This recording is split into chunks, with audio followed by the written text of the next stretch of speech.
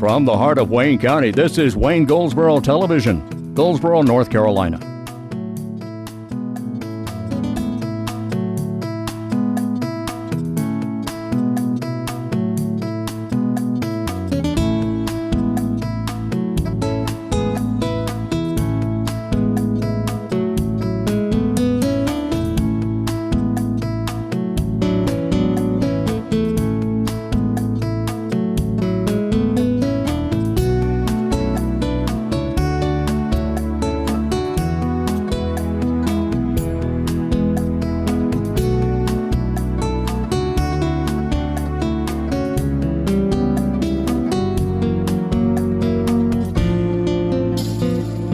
Today is December 29th, 2016, and this is Wayne Goldsboro Television.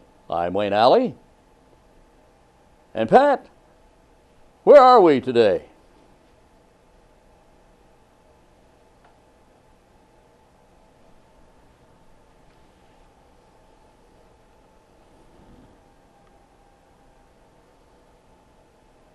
Pat's not here, so we'll just move along. The Arts Council of Wayne County Art Beat, and that's coming up very soon. The Mobile Cause campaign.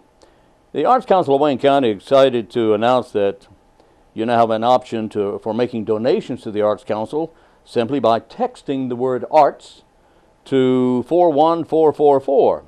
You'll receive a link to the donation page. Again, that's 41444 and type in the keyword arts. And you can start the new year right with First Friday and an opening reception for Creative Passion and Size Matters exhibits. That's Creative Passion and Size Matters exhibits. On January 6th, that's right, next week. Join everybody beginning at 5 o'clock to explore the exhibits, enjoy some light refreshments, and browse through the art market. Now, the art market is a really great place to visit. Find some unique gifts there, or unique items for you. Give yourself a gift. Items start very inexpensively and go on up to as high as you want to go. Okay? Skiing and tubing. The Parks and Recreation Department of Goldsboro offering skiing and tubing Fridays at Wintergreen Resort. This will be January 13th and February 3rd and March 3rd. This will be from 5 o'clock in the morning. They'll leave Goldsboro until 10 o'clock at night when you get back. Now, to get to Wintergreen and to ski and to tube, skiing is $60 and tubing is $25. And if you have any questions about this, you can call the Parks and Recreation Department of Goldsboro Parks and Recreation Department at 919-739-7449. Okay, yeah, that sounds like a lot of fun. Again, that's January 13th, February 3rd, and March 3rd. You have 3 opportunities there. $60 for skiing, $25 for tubing, and the number 919-739-7449. At the Goldsboro Public Library, Guys Read is a program for 3rd, 4th, and 5th graders, guys, at the Goldsboro Library, and that will be taking place tonight at 7 o'clock. Tonight at 7 o'clock. And for 3rd, 4th, and 5th grade guys who want to read and for fun and talk and then play loudly and then eat snacks. Boy, they nailed that one, didn't they? Yeah, that's pretty much it, yeah. 735-1824, 735-1824. At the Goldsboro Public Library, a class or a seminar entitled The ABCs of Computers. Very basic information here. That's this Saturday at 9:30, goes for a couple of hours. At 9:30 this Saturday, learn the basics of using a mouse and a keyboard. Learn all these computer terms. Learn opening a program and using external devices. That would be, external device would be like a mouse. An external device, a device would be like a printer. Okay? Yeah, that's coming up this weekend, Saturday, 9:30 in the morning. And you can call the library at 919-735-1824. And for that particular class, you hit extension 3. Okay. All right, let's see what else we have here. Arts Council of Wayne County offering a Wayne County Jazz Showcase. Wayne County Jazz Showcase. 2, 3, 4. Yeah, cool. This is coming up on January 20th with Melva Houston, and January 20th. And if you want information about that, you can go online to artsinwayne.org, artsinwayne.org, or you can call 919-736-3300, 919-736-3300. Beekeeping. You ever want to keep bees? Why? Oh, I mean, yes. Beekeeping class starts on January 7th and will be held every Saturday until February 4th. So that's 5 classes. It starts at 9 a.m., goes to 1 o'clock. And to register, there's 3 ways you can register. It's $50 per person or $75 for the entire family. You can pre-register and pay at the Wayne County Cooperative Extension Office. That's on North George Street in Goldsboro. Or you can mail your registration form and check to Beekeepers of the Noose, P.O. Box 977, Goldsboro, 27533.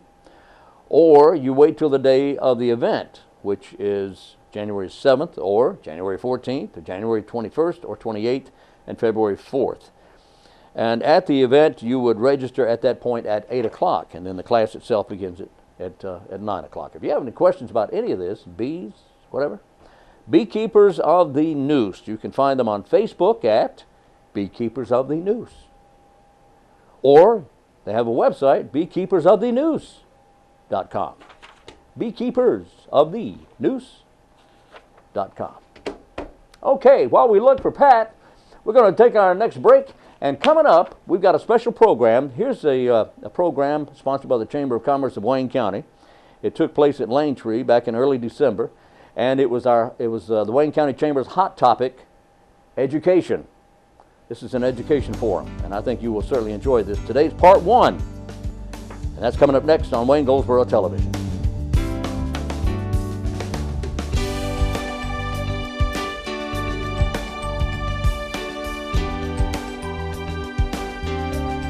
Good afternoon, everyone. We're going to go ahead and get started. We want to be mindful of your time, and we're so thankful that you've been able to join us for this great luncheon that we are having here today. So we welcome you to the 4th quarter education hot topic.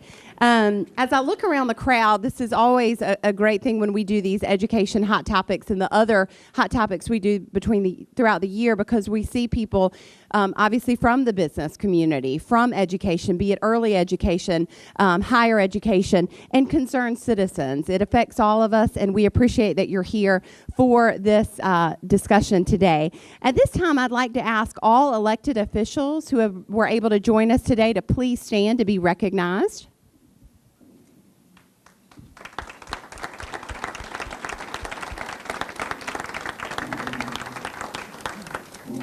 Thank you. Thank you for your service year-round. We want to thank our sponsors today. The County of Wayne is the presenting sponsor.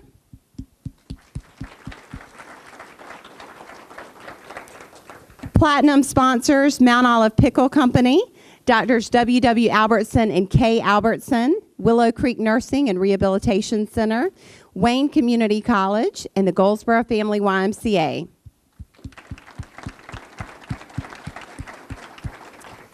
And silver sponsors NC Manufacturing Incorporated, Wayne County Development Alliance, and the University of Mount Olive.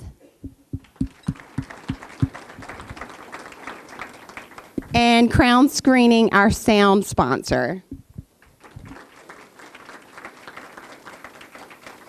It's now my pleasure to turn things over to the Chairman of the Board of the Wayne County Chamber of Commerce, Mr. Neil Benton.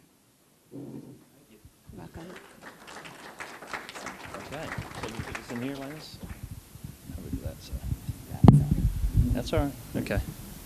Okay, thank you, Kate. On behalf of the entire Chamber Board, it's our privilege to facilitate a discussion on such important issues today, such as education. I think it's one of the hot topics that we need to be focused on today. But first, I'm going to give you some statistics as it relates to education. And it works as far as high school students, high school folks who didn't complete high school, and college graduates. So as far as relates to annual income, non-high school graduates basically make 50% less than high school graduates. And they also make 150% less than college graduates. 31% of high school dropouts live below the poverty line. And I thought this was very interesting. 82% of inmates in correctional facilities did not graduate high school. And they are, this is pretty wild, they are 63 times more likely to be incarcerated compared to college graduates. And the taxpayers here will appreciate this one. So when you compare them, college or high school dropouts to high school graduates, it's estimated it'll cost the taxpayers $292,000 over their lifetime when compared to somebody who has a high school diploma. And this takes into account things such as incarceration, government assistance, and other factors such as drawing less pay, as we mentioned earlier. So a skilled workforce and educated workforce are the cornerstone of a thriving economy, and it just improves the overall quality of life for our residents. So we need to be focused on the children in our schools today because they will be our workforce and leaders of tomorrow. And for these reasons, the Wayne County Chamber of Commerce invests in education through the Wayne Education Network. Now, our moderator today is Dr. Ed Wilson, who's currently the chairman of this committee. Okay, just a little on Dr. Wilson. Before retiring, he had 39 years in education, and Dr. Wilson was a teacher, assistant principal, a principal, associate vice president of Wayne Community College, president of Roanoke Chowan Community College, executive vice president of the North Carolina Community College system, and finally retiring as president of Wayne Community College. Dr. Wilson has been a member of the Chamber Board for 22 years, and sadly he is rotating off the board this January. So ladies and gentlemen, please give a warm welcome to our moderator, Dr. Ed Wilson.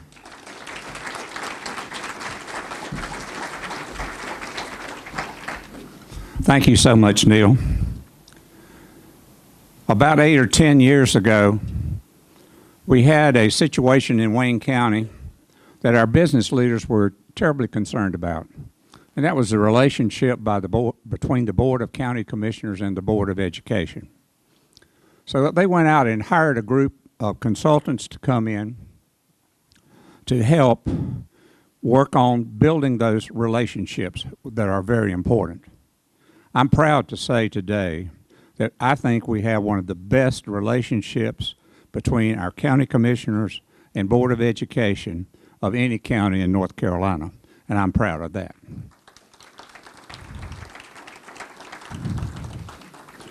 As a part of that, about 8 or 9 years ago, the Wayne Education Network was established at the impetus of our business community. And so I want to talk to you just a little bit about that.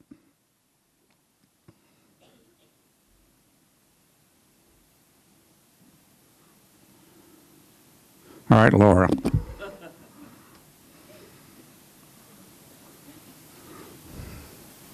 Sorry, she's all the way in the back. Sorry. I never have been very good with this. My wife fusses at me all the time about the fact that she has to do my computer stuff for me. Okay.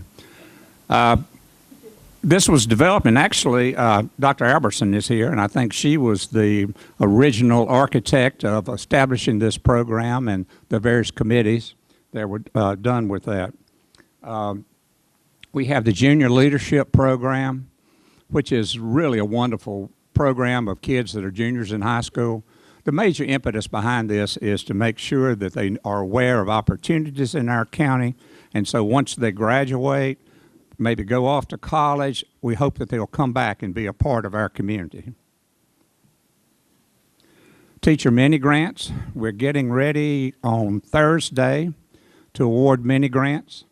They're up to $500 each, and I can't see that number. Is it $128,000 that we've been able to give to teachers. And the fun thing about that is I get to go when they award them, and the kids in the classes, particularly in the primary elementary grades, they love it. So it's a wonderful experience and allows the teachers to do something different. Our first major event was a middle school career fair that was at one time set up for seventh graders, and at the request of the principals, we moved it to the 8th grade. We have a large number of local folks here. It's at the Family Y, and if you get an opportunity to go by there, we'd love to have you to see what's going on. As one county commissioner said last year or the year before, as he walked out, he said, you have a lot more faith in this generation coming along after coming here and seeing what these kids are like. And so that was a wonderful experience, and we've enjoyed doing it. Our last new program is our middle school STEM fair. What that is to encourage kids to participate in science, technology, engineering, and math, which most people in the employment area say we need more people in that field. The pay is excellent, and we need to encourage more kids to get involved in those particular occupations. Our one other program is that I don't have up there is our Golden Rule program.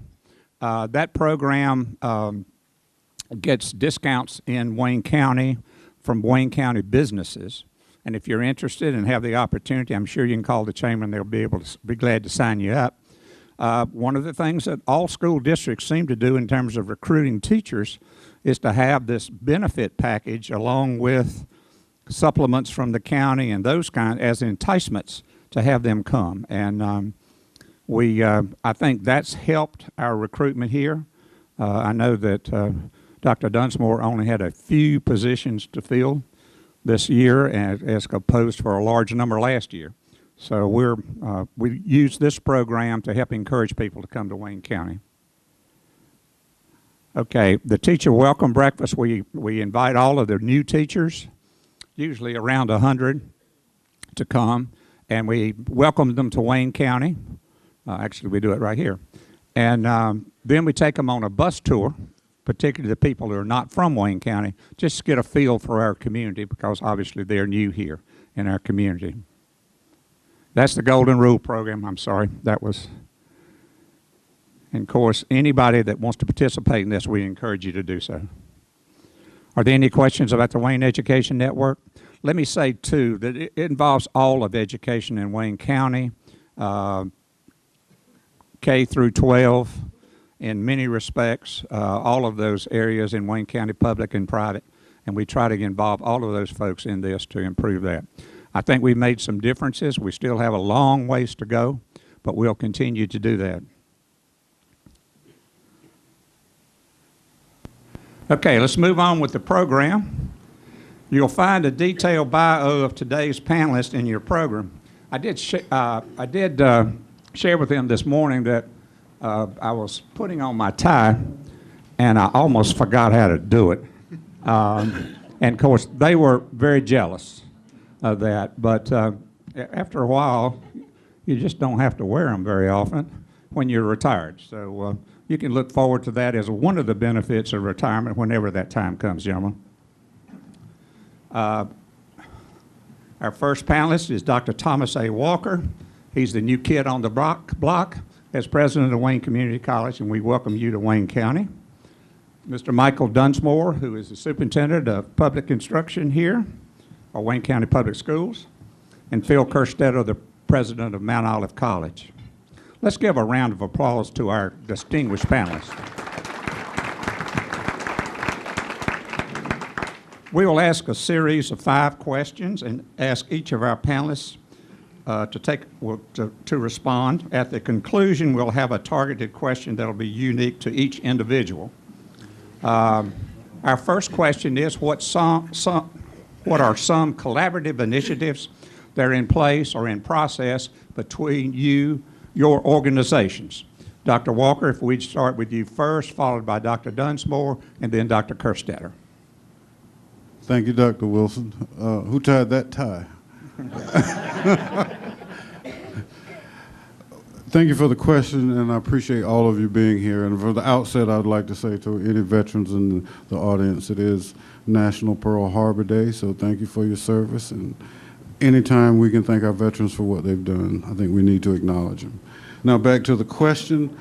Well, we've got lots of tentacles reaching back and forth between us and Wayne County Public Schools, but a couple that I mentioned that I think are stellar are, of course, on our campus we have the Wayne Early and Middle College High School, which is certainly for the last few years has been operating at full capacity, which is 240 students for us, great students in that program.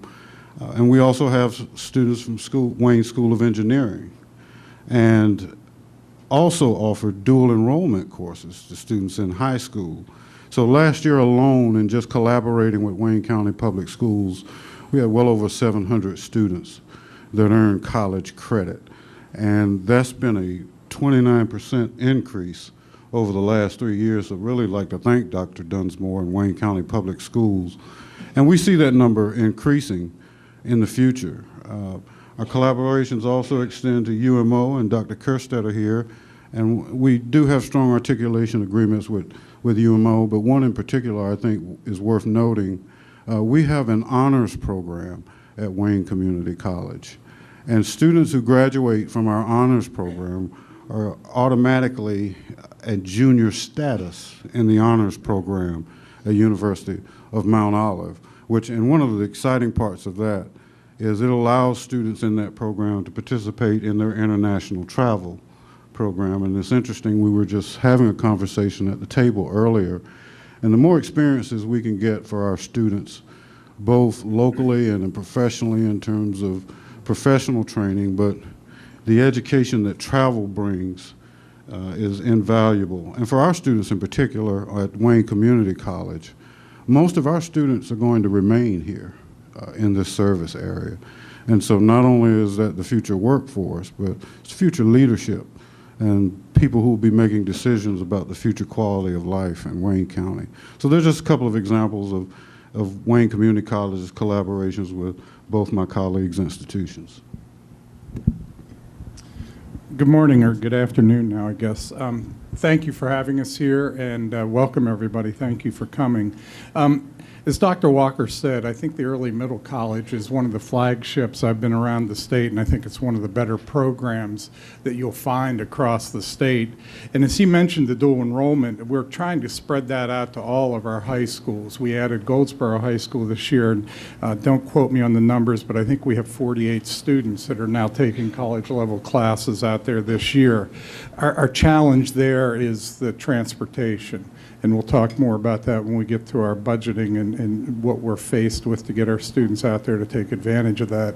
But from a parental standpoint, that's free. They're going there, they're getting those courses free. We pay for their books. We have tutoring for them and support. And it's that bridge before they get to the four-year institutions. And there's an awful lot of dropout. And the more we can do to prepare those kids for those challenges, the better off we are. So it's a huge stepping stone for our students to understand what it really means. Because once you go to those four-year institutions, you lose mom, dad, and all those support systems there, and if they don't have those developed, that's where we have problems. The other thing I'd like to mention with the community colleges is the relationship with our staff. And I know Dr. Walker's staff and a lot of you all are here work with my folks and targeting kids to get out to the community college. So there's pathways in our CTE programs, which are career technical ed. There's a step that logically just goes right on up through the community college. So we work very closely with them as our students know what they're going and as they're planning for their careers, which includes visits. Both they come to our schools, we go to their schools. We do a lot with our four-year university partners, and particularly with Mount Olive, and Dr. Kerstetter and I speak often. As most of you read in the paper, it's getting very, very difficult for us to recruit teachers. I'm not going to take away from what he'll probably discuss. More and more folks are not going into education. It's not that revered job duty that you once had. And speaking from my standpoint, and I tell my staff frequently, I'm not sure I could go back in the classroom with the expectations. 13, 14 years ago when I was in the classroom, it was a far different time. So there's a lot of challenges.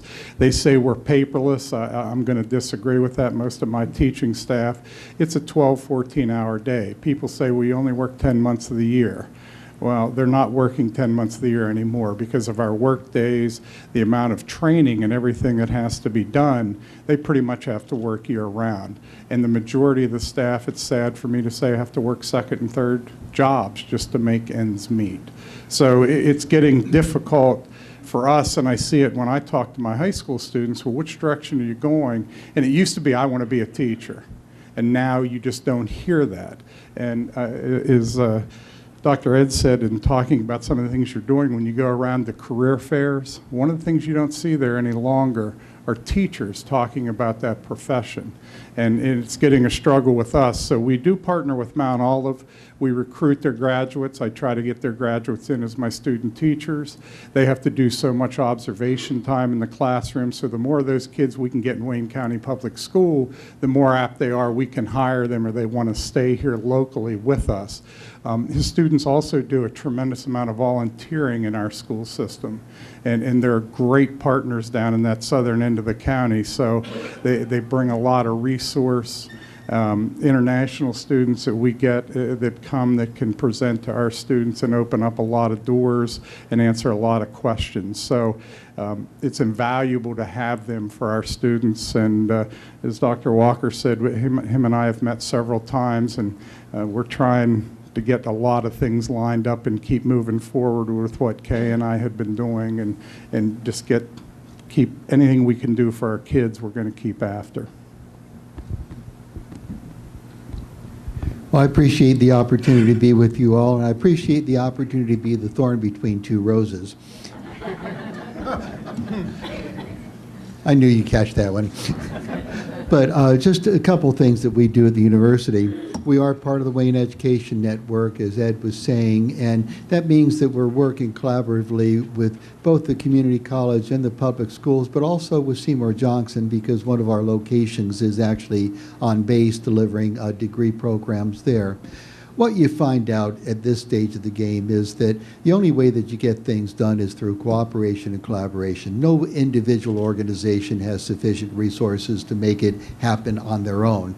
So we feel really blessed to be part of Wayne County, where we have, such good articulation and cooperation and communication across the educational institutions. Let me highlight a couple things and build on what both Tom and Michael have said. Here for the university dealing with the public schools, we open our facilities at the start of the academic year for their annual institute, and our facilities are available for graduations of all the different high schools. And that's one of the ways that we have facilities that are beneficial to other organizations, and we're happy to have them take advantage of that. We have a very rapidly expanding education program, and I'm as aware as you all are in terms of the challenges about going into teaching.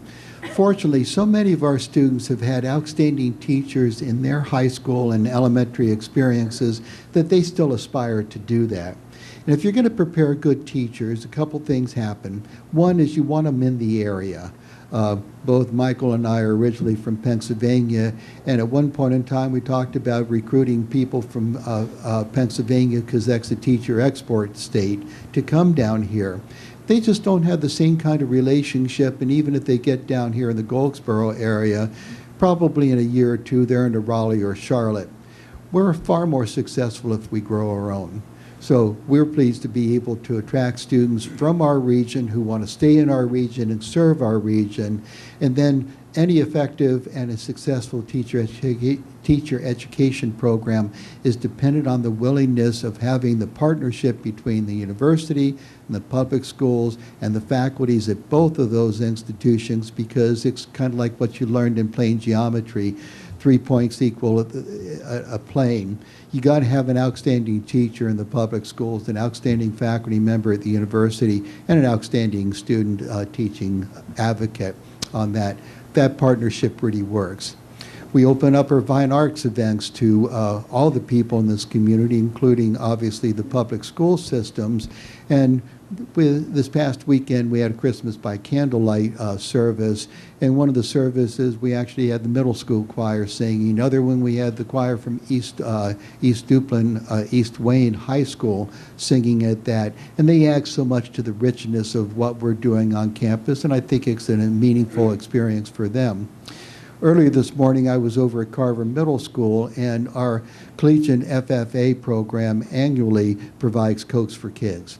And so we had quite a number, I think about 150 students at Carver this morning that were getting Cokes, mittens, toboggans. From my standpoint, a toboggan is something that you go down a hill. It's not something that you wear in the hat, but I've learned the terminology here. And we'll do the same thing in a middle school later this week as well. So those are some of the things that we're doing collaboratively and in support and being the beneficiary of some of the things that happen with the public schools. As Thomas was saying, we're really pleased with the articulation agreement. I don't know how much you know about this, but there's a statewide agreement between community colleges and the four-year publics and privates that if you're graduating with an Associate of Arts or an Associate of Science degree program, it's basically seamless transfer into a four-year institution. That's the good news. The bad news is it doesn't cover the Associate of Applied Science degree, which is a pretty common degree that comes out of community colleges because of the technical side, because of the application side. Our articulation includes that one. And I think that's a really important distinction that most other 4 years will not. But we think that we're in this thing together. The best way that we can be in this is by being respectful of the experiences, the training, the education that people have gotten from a variety of different areas. I, too, am excited about the honors program articulation because that's unique, within the state as well, and it really does open up a bunch of different opportunities for students who have chosen to start their career at the community college, successfully complete their career at the community college, and then come to the University of Mount Olive. We think there are all kinds of possibilities. I think we're actually only scratching the surface of what is the possibility for collaboration and cooperation. I look forward to working with my two colleagues for things in the future as well. Thank you, gentlemen. Second question. How does the state budget impact your institution? Dr. Dunsmore, we'll start with you, followed by Dr. Kerstetter, and then Dr. Walker. Thank you, sir. Right now, our budget's right around $160 million a year. Our state funding equates to about $120 million of that. So we're primarily driven by our state dollars. The other, about 25% comes out of federal and local monies. Obviously, the majority of our budget is salaries and benefits. It equates to about 70% of our total budget. One thing that's unique in North Carolina with our state budget, we really don't have flexibility of how I use that money. It comes in allotment categories where I have to spend it in that category or it's reverted back to the state. So anything that comes out in teacher salaries, we have to pay in teacher salaries. It doesn't pay for every teacher I have in the system because, again, they have determined what areas we're going to pay and what areas they're not going to pay. A lot of the student service type professional people, social workers, guidance counselors, a lot of the fine arts teachers are not funded positions within the state of North Carolina. So a lot of the things you read in the media when they're talking teacher salaries and different things that are going on is not a real true snapshot of what it is. There's a base amount they give, which is an average of a teacher across the entire state of North Carolina. Now within that, there are supplemental fundings that the local counties put into that. So obviously wealthier counties put more in, poorer counties put less in, and that's why you see a lot of shifting around with teachers when you read they're leaving. In this case, if they would leave Wayne County to go to other states or other counties, that is. We spend an awful lot of time, I do, with our state representatives. I work very closely with them on the state budget of where those different codes are because obviously they're not in education. They don't understand the overall impact. Different things that they look at. The other area is the state-funded lottery, and most of you have heard the Public Education Lottery Fund. I think at one time it was set up that way. Over the years, they've delved into that to use for other projects. That was originally designed for building projects across the state for public schools. So this year coming in, we have a 2-year budget process coming up. It's going to be a huge piece for us to be involved with our legislative bodies. And what we try to do is get them the information out there so they understand what our specific needs are that they're funding. And one of the things that we're really working closely with them right now is on our class sizes and our teacher assistant allotments. They have wanted to lower our class sizes, which is a wonderful thing. I'm all for it. In Wayne County, if they go from our allotment, which is 24 students in the lower elementary grades, to where they want it, we'll need 93 classrooms. Now, I have some county commissioners here. I don't have 93 classrooms. So that's, yeah. So, you know, when the things are out in the media and people look at that and say, that's great. But for us, even if we had the means or somebody was going to buy us 93 classrooms, I can't build them in time to be ready for next school year. So a building project from start to completion, the average is about 3.5 years. So trying to educate them on that. The same way with the teacher assistant allotments, and they think, well, we want teachers in those classrooms. Yes, I agree. I want certified teachers in front of them, but our teacher assistants now require a 2-year degree coming out of Dr. Walker's programs, highly skilled people that can do an awful lot with our children that the teacher can concentrate on other areas. So we do a lot with them, educating our needs other than just one department within the overall state budget. We're in a real unique time this year. We have a new state superintendent that was recently elected, so there's going to be a lot of change. And one big area that really drives the state budget is our federal budget. So the federal government just passed the SSA Act last year, which what was our title money, the federal government pretty much told us this is where you had to spend it and how. Well, they've pushed that down to the states now to develop those plans. We need that plan in by January. Now we've applied for a lot of extensions because we have a new state superintendent coming in. It's leading those charges. So there's a lot of changes coming into this budget season. It's going to have a huge, huge impact on public schools. Being a private institution, there's the question about does the state budget have an impact on us as well? Let me put a little bit of parameters behind this. Our operating budget is about $40 million a year, and slightly less than half of our budget actually goes to personnel. We do have the issue that I operate a business. My faculty hates it when I talk that way, but I've got to make certain our revenues exceed our expenses or I've got big problems. And that's the way it should be, by the way.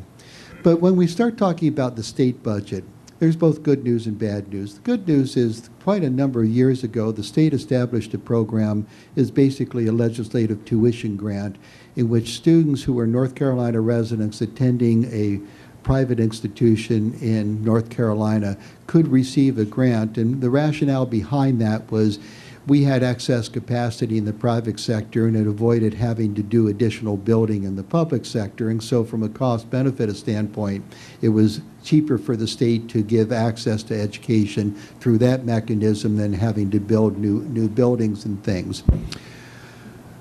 The last couple of years, that program has changed from completely a dual thing, which was an outright grant plus access to need-based funding, is all need-based funding now. And as a result, we've had a number of students who are no longer eligible for the tuition grant that were before, and that has had an impact on us. But here are the things that are probably impacting us more than anything else. One of the decisions by the state was to charge taxes on our board plan. So it means all of our board plans went up by over 7%, and we had no control on that because that was a mandatory charge for our students. So at a point in time in which we're trying to keep all of our expenses under a 3% increase in any given year, we had that kicked on to top of it. In the really good news for the public sector, but problematic for us, is the passing the new bond issue. Now, I think that's a great deal. I mean, so don't misunderstand me on that one. But what it does mean is that all the public sectors are going to be using monies to build new buildings or renovate existing facilities. And unfortunately, there's a limited number of technical trade people out there. So as we're doing our own construction and other things, it just means it's going to be a very different supply and demand element. That's the fact of life. And as he said, I'm pleased for the public sector. It just adds some burdens to us. I will tell you the one that's probably most difficult for me right now was the recent measure that was passed in the last legislative section that was trying to encourage enrollments at Elizabeth City State University, UNC Pembroke, and with Western Carolina University.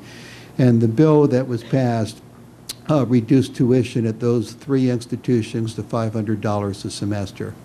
Now, just in perspective, and you can correct me if I'm wrong, that's less than what the community colleges charge per semester. Two of those schools are in our catch basin. And truth of the matter is we can be remarkably competitive with the public sector for good students in terms of what we can do. There's no way in the world we can match that. And we really do have concerns about the negative impact that will have on our enrollments, which have been increasing every single year. So that is an issue of concern. I would say, generally speaking, we have very good relationships with the public sector and with the state budget people. But those are the challenges that we face. Thank you, Phil. Similar to Mike, although in a unique way, we have some of the same results. The state budget accommodates 62% of our total budget. So we have to rely a great deal on the state. The remaining areas of our budget come from about 11% from the county, and the remaining funds are institutional funds. And when I say institutional, what we collect through student fees and what we get from Pell Grant, which is the federal grant support mechanism for students. And really, it's the institutional funds is about the only place we have any flexibility within our budget. Our state monies, our county monies, we pretty much know and are dictated to us what we can spend those funds on. And so any impact on the state budget impacts us greatly. Now, historically, over the last few years, with the exception of last year, that amount has either stayed the same or decreased. Now, last year, we got a slight bump in our formula. There is a formula that we're funded by, and we're funded per FTE. And I'll try to simplify this real quick. You take the number of curriculum and credit, and we are funded for continuing ed on a formula as well. Number of students by the number of hours, and you get an FTE, and you get so much money per FTE, which last year was about $5,000. And in that FTE, there was a slight increase primarily to fund the recent raise that employees got. So one of the ways the state budget has impacted us, and as a child of two former public school teachers, let me tell you, teachers talk about what they're getting paid. So I think over a few years, I'd be less than candid, although I wasn't here, but I've talked to enough of my colleagues across the system that has had a powerful impact on the morale, not only of public educators, but the ability, as you heard Dr. Dunsmore, of our capacity to keep talented educators here in the state. So the state budget has a powerful impact on us. And so now it is not only incumbent that I not just sit by and watch what our legislators do, but all three of us and all of our colleague educators across the state have to work to be advocates to our state legislators to help educate them about what our needs are state budget-wise. I would say another way the state budget really impacts us is facilities. Now in North Carolina, facilities of community colleges are a responsibility of the county, and we get great support for the county. But you can't get new buildings and those sorts of things without the aid of a bond, which you all are probably well aware recently passed. And we're getting lots of work done on our campus and a couple of major new projects rolling that way. But also I have to watch how the state budget impacts the county. So these are all moving parts that are happening simultaneously. It's not a matter of simply the state gives us more money, so we're going to be fine. What happens is the colleges had to almost increases the number of students that's able to retain and enroll just to maintain the budget it had the year before. And so we're serving more students with less. And just about every year we get some new unfunded mandate, either from the state or the federal government, which requires us to really spread our human capital very thinly. So the state budget is one of the things that most impacts us institutionally wise. And community colleges now, and most colleges, are wrestling with, and we'll talk about this more in depth with technology, but the high cost of technology. You cannot begin high cost programs by yourself anymore. You cannot buy the equipment because the technology is changing constantly. I just had a business leader tell me last week, my technology is changing every 3 years. You can only help me as an institution if you've got me on the front end of that 3 years, not the back end of that 3 years. And so that's the way business leaders are having to think. And so we as a college are having to think a lot more collaboratively, working with other entities collectively to try to address some of the budget challenges we have to meet the programming needs, to meet the workforce needs in Wayne County. Thank you. What a wonderful segue into the third question.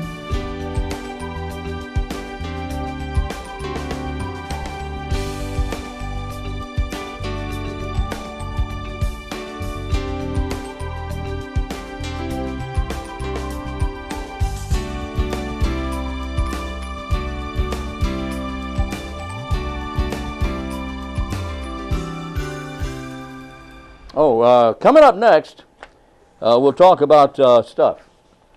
Yeah, welcome back to Wayne Goldsboro Television. There's going to be a toy drive on January 8th. January 8th. Train Depot in Mount Olive is where that will take place. They are accepting clothing, food items, new and used toys, and you can drop off these items with Vicki Darden. And if you need to drop them off before January 8th, you can do that by calling 658-3961. 658-3961. And Vicki can tell you what you got to do. Okay? But this is a toy drive. Not only toys, new and used toys, but also clothing and food items, non-perishable food items, please.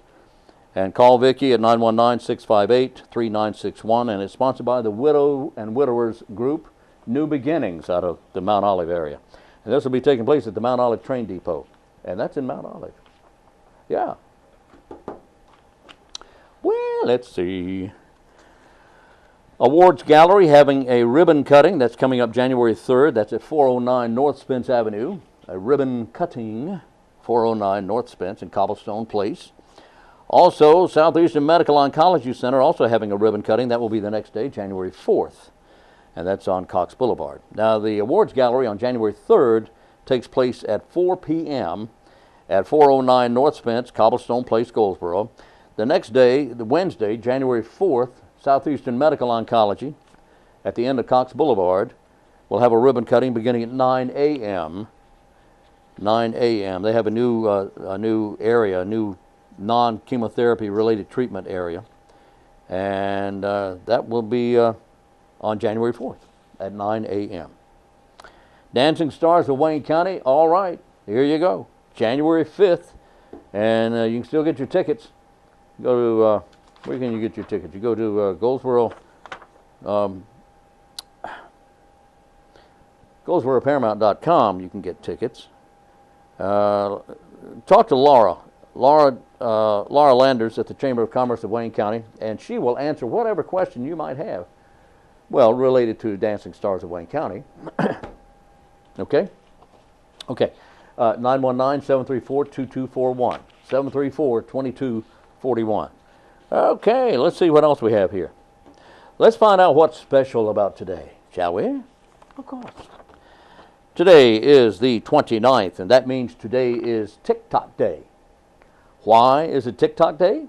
I have no idea. Okay, it's also YMCA Day.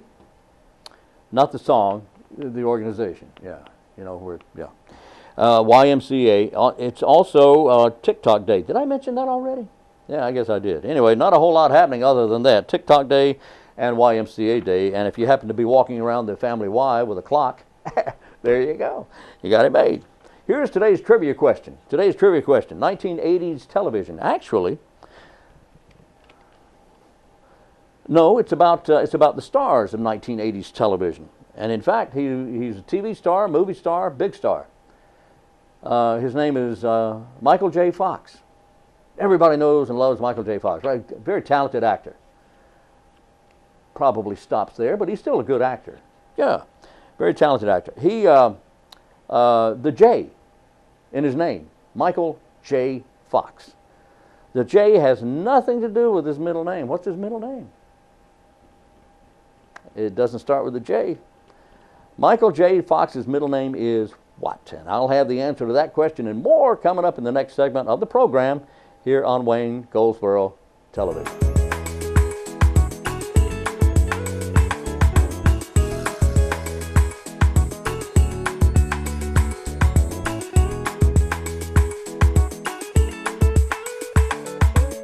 Today, Corporal Jason Adams from the Goldsboro PD brings us a report from Crime Stoppers. Jason, how are you doing? Good. How are you? Fine. Happy New Year. Happy New Year to you. It would be happy if there wasn't any crime going on, wouldn't it? That would be correct. That would be good. That would be a good thing. But we want to talk about a crime of the week that happened here recently. Tell us about what's going on. On the early morning of December 26th, so actually the Christmas night going into the next day, right. We had a break-in at the Lighthouse, which is at the 900 block of Herman Place, which is 902 Herman Place's actual address. And that sits right, Herman Street, right where the railroad tracks are at Royal. Oh, yeah. So. Yeah, it's a convenience store, restaurant, that sort of thing. Correct. And so having around 3 o'clock, our officers actually received a call for an alarm. 3 a.m.? 3 a.m. Okay. So got alarm activation, they started responding, and actually when officers arrived on scene, they located a glass door that had been busted out. So, okay. Once inside, they noticed that the suspect had attempted to try to break into the registers unsuccessfully, and then stole some cigarettes and actually departed before they arrived. They did actually get some security footage from that, so we do actually have video footage of the suspect, but we don't have any names or anything at this time. Okay. And we're really looking for the public's help on that. Try to ID this person, as you know, his face is pretty visible in the photo. Yeah, there he is, right there. In fact, that's pretty clear, and that was taken from video. Correct. It looks like they have a nice system. It's a very clear picture, one that normally appears to be a little more clear than what you usually see. Correct.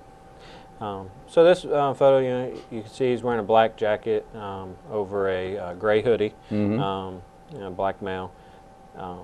There's a hammer actually on the floor that is believed to have been used to break out the windows and tried to attempt to open up the registers. Okay. And everything. So what we really need is someone that might recognize him, or know where he stays or anything like that, that can give us a call. So somebody knows this guy. Yeah, he's frequented the store actually several times. So they recognized him? They recognized him as a customer that's been in before.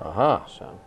You mentioned an attempt to break into the cash register. They weren't able to get into the cash register? They were unsuccessful. That's very good. So the only thing taken was the cigarettes. Correct.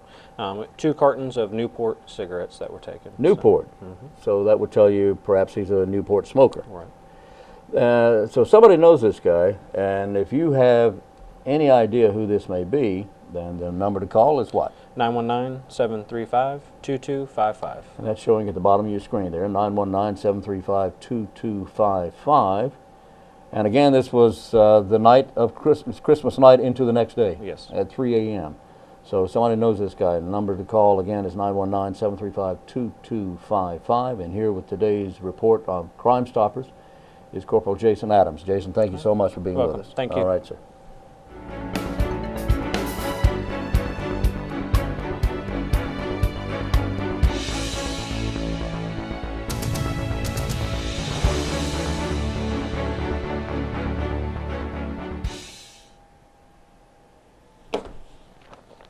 Up next, we have to remind you about something here. The holiday season is a time for cheer and for giving to others. And we're still in that holiday season. That we are. If you've been wondering what you can do, you can check with your family and friends and neighbors who may have damage from the Hurricane Matthew, and ask if they have registered with FEMA. If they have had damage, they need to register with FEMA. There's all kinds of benefits to doing that. Registration deadline is coming up. The registration deadline is January 9th. January 9th, 2017. So let your friends and neighbors and family members who have had damage from Hurricane Matthew know that registration is easy. All you have to do is call 1-800-621-3362. 1-800-621-3362. And if you spell that out, that's 1-800-621-FEMA. Okay, and they're going to be taking that registrations until the cutoff date, which is January 9th. January 9th. Successfully Growing Fruit Trees. It's coming up January 17th. And it will be taking place at the Cooperative Extension Service. I beg your pardon. It's sponsored by, one of the sponsors is Cooperative Extension Service, but it will be taking place at the University of Mount Olive, UMO. University of Mount Olive in the Southern Bank Auditorium in Raper Hall, there in Mount Olive. And if you would like to know about how you can start your trees, or you can take care of your trees and how to feed them, clothe them, teach them how to drive. No, that's something else. A lot of people already have fruit trees in their backyards and landscapes. They still have a lot of questions about the care and feeding of their fruit trees. And if you have questions about that, and if you plan on harvesting, planting, anything like that, planting, harvesting, variety selection, they'll cover that as well, site preparation, fertilization, and more, then you'll want to attend this. It's free. It's free. If you need to register, call the Wayne County Extension Office, 919-731-1520, 731-1520. Dr. Mike Parker will be the speaker and the presenter of this program, and that will be on January 17th in Mount Olive at University of Mount Olive, okay, in the Southern Bank Auditorium at Raper Hall. Here is the answer to today's trivia question. Ta-da!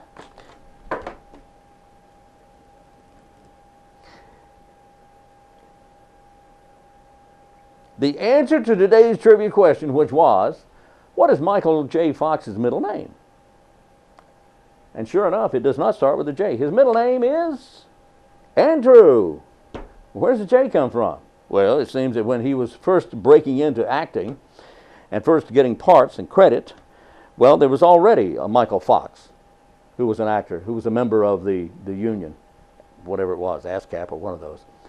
So he couldn't use Michael Fox. So he didn't like Andrew, Michael A. Fox, so he changed it to Michael J. Fox. And the rest is history. So that's a wrap for today. We're going to do this again bright and early tomorrow. We'll be right here. We hope you're right there. This show airs every morning at 7 o'clock, Monday through Friday. It then repeats at noon. Then again, it repeats at 5:30 p.m. Hope you're able to join us. So until tomorrow, I'm Wayne Alley. And this is Wayne Goldsboro Television.